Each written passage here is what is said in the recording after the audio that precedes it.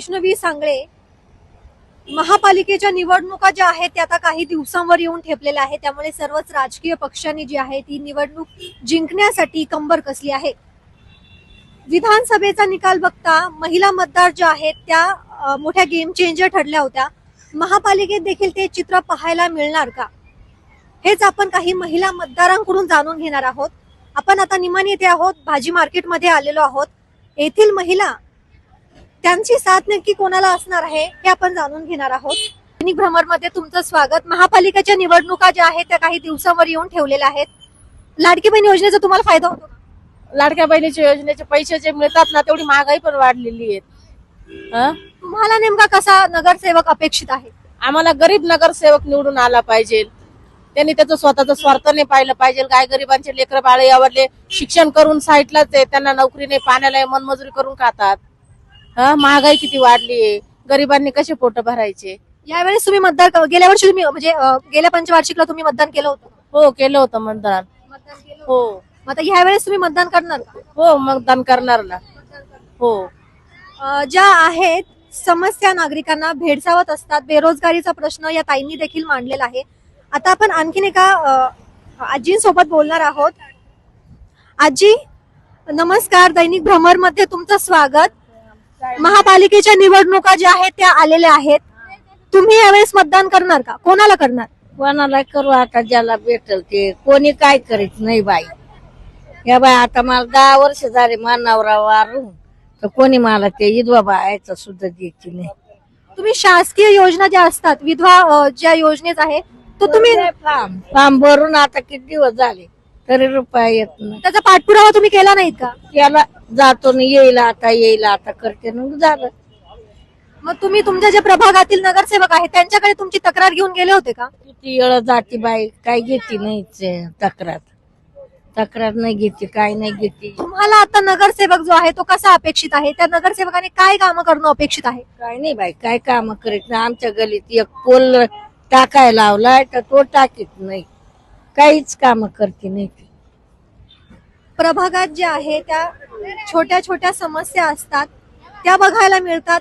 या महिला मतदार ज्या आहेत त्या एकूणच ज्या आहेत बऱ्यापैकी नाराज दिसत आहे. आपण आणखीन काही महिला मतदारांसोबत जो आहे तो बातचीत करण्याचा प्रयत्न करणार आहोत.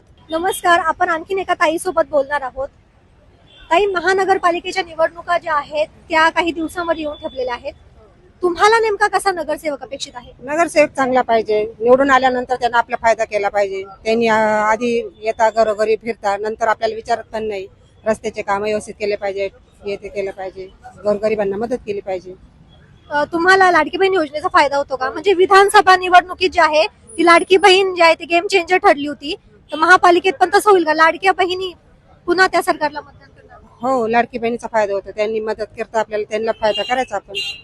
म्हणजे लाडकी बहीण योजनेचे पैसे येतात म्हणून त्यांना मतदान करायचं, की प्रभागात जो कोणी व्यक्ती चांगलं काम करेल म्हणून त्याला मतदान? चांगलं काम करतो त्याला मतदान करायचं. बरोबर. तुम्हाला प्रभागात नेमक्या कशा समस्या आहेत ज्या वाटतात की समस्या आहे आणि नगरसेवकांनी याकडे लक्ष दिलं पाहिजे? नगरसेवकांनी लक्ष दिलं पाहिजे. कशा समस्या? रस्ते वगैरे व्यवस्थित केले पाहिजे, अशी गर्दी वगैरे नाही झाली पाहिजे, गुन्हेगार असं इथे होतात ते नाही झाले पाहिजे. ताईंसोबत जी आहे चर्चा करणार आहोत. महिला मतदार म्हणून एका नगरसेवकाकडून त्यांना नेमक्या काय अपेक्षा आहेत हे आपण त्यांच्याकडून जाणून घेणार आहोत. ताई, आता महानगरपालिकेच्या निवडणुका आहेत, तुम्हाला येथील नगरसेवकाकडून नेमक्या काय अपेक्षा आहेत? रस्ते चांगले करावा. महिला मतदारांच्या ज्या आहेत त्या अपेक्षा नेमक्या काय आहेत आपण हे जाणून घेणार आहोत. ताई, महिला मतदार म्हणून तुमच्या नेमक्या नगरसेवकाकडून काय अपेक्षा आहे? नगरसेवकाकडून आमच्या हेच अपेक्षा आहे का नगरसेवकांनी महिला सुरक्षेत काहीतरी लक्ष द्यावा. त्या आता देशात काय महाराष्ट्रात काय घडून राहिले त्याच्यावर लक्ष द्यावा थोडस. महिलाचं सुरक्षा, इथे रस्ते, पाणी, रस्ते, ट्रॉफिक जाम होते, ऍक्सिडेंट होत आहे, ते रस्ते दुरुस्ती करावा ही अपेक्षा आहे नगरसेवक. लाडक्या बहीण योजनेचा तुम्हाला फायदा होतो का?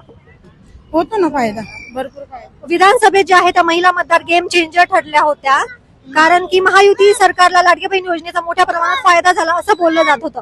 महापालिका निवडणुकीत देखील त्याचा फायदा होणार का? हो, होणार.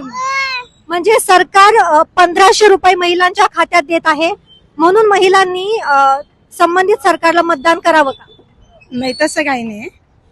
एक देत आहे बहीण लाडकी योजने म्हणून, ते 1500 देतात, त्याच्यामुळं मतदान नाहीये. त्यांनी कामं व्यवस्थित केले, ज्यांनी व्यवस्थित कामं केले त्यांना मत जाणार, आणि मग कामं व्यवस्थित झाले तर निवडून पण येणार. तर आता आपण बघू शकतो की महिला मतदारांसाठी सुरक्षितता असेल, बेरोजगारीचा प्रश्न असेल, असे अनेक जे प्रश्न आहेत ते ज्या महिला मतदार आहेत त्या उपस्थित करताना दिसत आहे.